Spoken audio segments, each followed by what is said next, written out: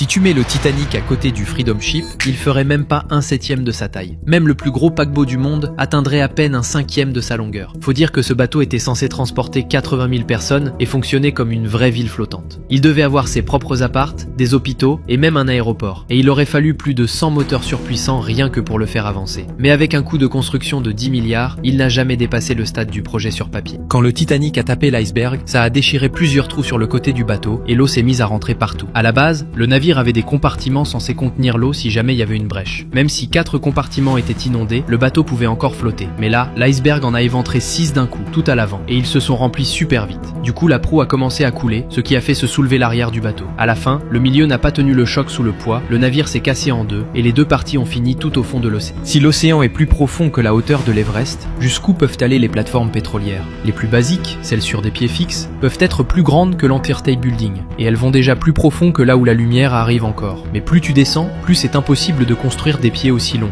Du coup, à la place, ils fabriquent d'énormes bouées flottantes, accrochées au fond de l'océan avec des câbles géants et des ancres énormes. L'une des plateformes les plus profondes, la Perdido, est fixée à une profondeur hallucinante, environ 2450 mètres. C'est même plus profond que là où plongent les cachalots. Abonne-toi, s'il te plaît!